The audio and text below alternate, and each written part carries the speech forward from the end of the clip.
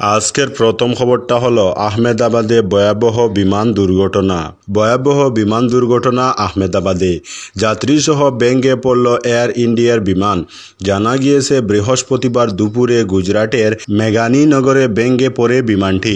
সর্দার বল্লভভাই প্যাটেল আন্তর্জাতিক বিমানবন্দর থেকে 230 জন যাত্রী এবং পাইলট সহ 12 জন ক্রু মেম্বার সদস্যদের নিয়ে বিমানটি লন্ডনের গেটউইক বিমানবন্দরের উদ্দেশ্যে যাচ্ছিল বলে খবর। এই দুর্ঘটনায় বিমানে থাকা সকলেরই মৃত্যুর আশঙ্কা করা হচ্ছে।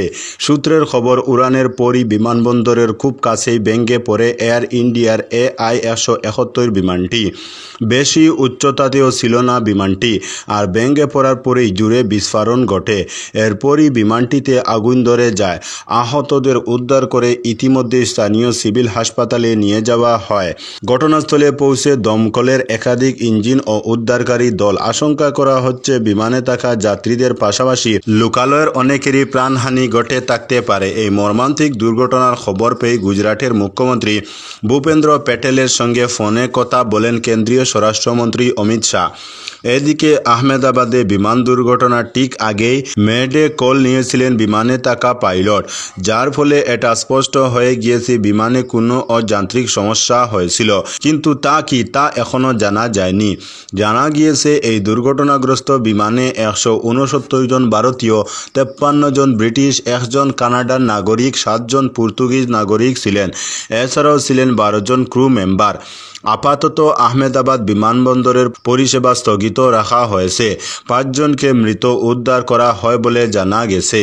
আজকের পরবর্তী খবরটি হলো বিমান দুর্ঘটনায় মিলল এক জীবিতর খোঁজ। গোটা দিন ধরে তল্লাশি। আহমেদাবাদ বিমান দুর্ঘটনায় খোঁজ মিলল এক আহতের। নাম রমেশ বিশ্বকুমার।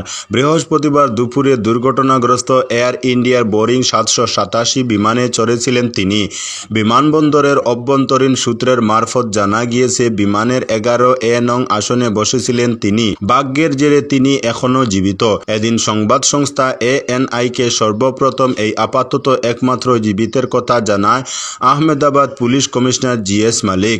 তিনি সংবাদ সংস্থাকে জানান, 11A আসনে তিনি বসেছিলেন। পুলিশই তার হদিস পায়। আপাতত তিনি হাসপাতালেই ভর্তি রয়েছেন। তবে ইনি একমাত্র জীবিত নাকি আরও কেউ রয়েছে, এছাড়াও কতজনের বা মৃত্যু হয়েছে সেই নিয়ে প্রশ্ন করা হলে ANI-কে সরাসরি সংখ্যা তুলে কোনো উত্তর দেন না আহমেদাবাদ নগরপাল। বরং তিনি বলেন মৃত্যুর সংখ্যা বাড়তে পারে, কারণ বিমানটি জনবসতিপূর্ণ এলাকায় এসে ভেঙে পড়েছিল। অন্যদিকে এয়ার ইন্ডিয়া, যা টাটা গোষ্ঠীর আয়ত্তাধীন, এদিন দুর্ঘটনার পর সন্ধ্যা নাগাদ মৃতের পরিবারদের জন্য বিরাট ঘোষণা করে সেই সংস্থা। নিজেদের সমাজ মাধ্যমে তারা জানায় মৃতদের পরিবারকে ক্ষতিপূরণ বাবদ 1 কোটি টাকা দেওয়া হবে। পাশাপাশি যারা আহত হয়েছে তাদের চিকিৎসার জন্য দায়িত্ব নিয়েছে টাটা গোষ্ঠী। আজকের পরবর্তী খবরটি হলো বিমান দুর্ঘটনা, নিহত চিকিৎসকের পুরো পরিবার। দেশ থেকে ব্রিটেনে গিয়ে স্থায়ীভাবে বসবাস করার স্বপ্ন দেখেছিলেন চিকিৎসক কমি বে। স্বামীর সঙ্গে 3 সন্তানকে নিয়ে তাই যাচ্ছিলেন লন্ডনে, কিন্তু ব্রিটেনগামী বিমান আকাশে উড়তে ঘটে গেল দুর্ঘটনা। তাতে জীবনের নতুন অধ্যায় শুরু হওয়ার আগেই সব শেষ। নিহত হলেন চিকিৎসকের পরিবারের 5 সদস্যই। সুখের ছায়া রাজস্থানের বাসওয়ারা শহরে। চিকিৎসক কমির স্বামী প্রতীক যোশী গত 6 বছর ধরে লন্ডনে বসবাস করছিলেন। তিনি পেশায় একজন সফটওয়্যার ইঞ্জিনিয়ার। প্রতীক যোশী দীর্ঘদিন ধরে তার স্ত্রী এবং 3 ছোট সন্তানকে বিদেশে আনার জন্য চেষ্টা করছিলেন। চাইছিলেন সন্তানদের ভবিষ্যৎ গড়ে উঠুক সে দেশেই। অবশেষে সেই স্বপ্ন বাস্তবায়ন হচ্ছিল, কিন্তু ভাগ্য বড়ই নির্মম। ভারতে এসেছিলেন প্রতীক, ভেবেছিলেন স্ত্রী সন্তানদের তিনি এই পথ দেখিয়ে নিয়ে যাবেন। যেমন ভাবনা তেমন কাজ। তারা ব্রিটেনে যাওয়ার জন্য এদিন আহমেদাবাদ থেকে উঠেছিলেন এয়ার ইন্ডিয়ার অভিশপ্ত বোয়িং 787 আর ড্রিমলাইনার বিমানটিতে। চিকিৎসক ডক্টর কমি ব্রিটেনে যাওয়ার জন্য 2 দিন আগে পদত্যাগপত্র জমা দিয়েছিলেন রাজস্থানের সংস্থায়।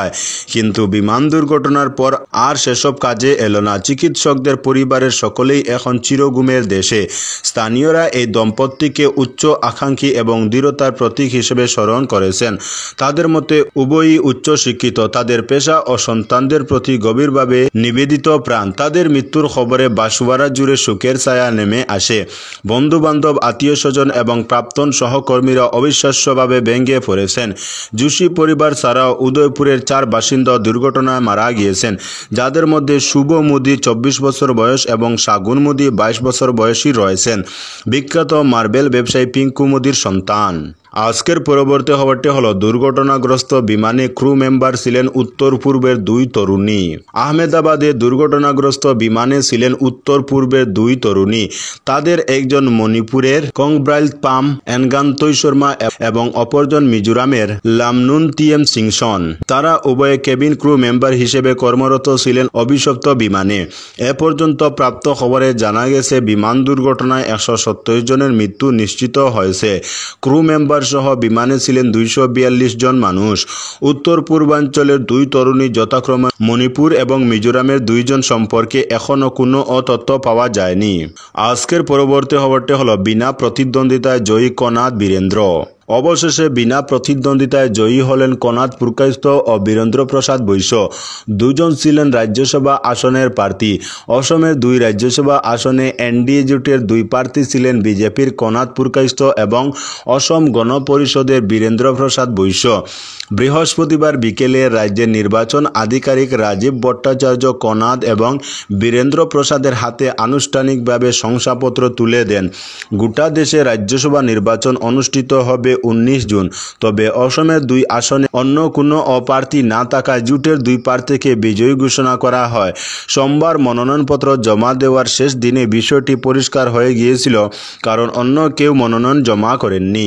মনোনয়ন প্রত্যাহারের শেষ দিন ছিল বৃহস্পতিবার এবং এদিন বিকেলে এনডিএর প্রার্থীদের ডেকে তাদের হাতে আনুষ্ঠানিকভাবে শংসাপত্র তুলে দেন।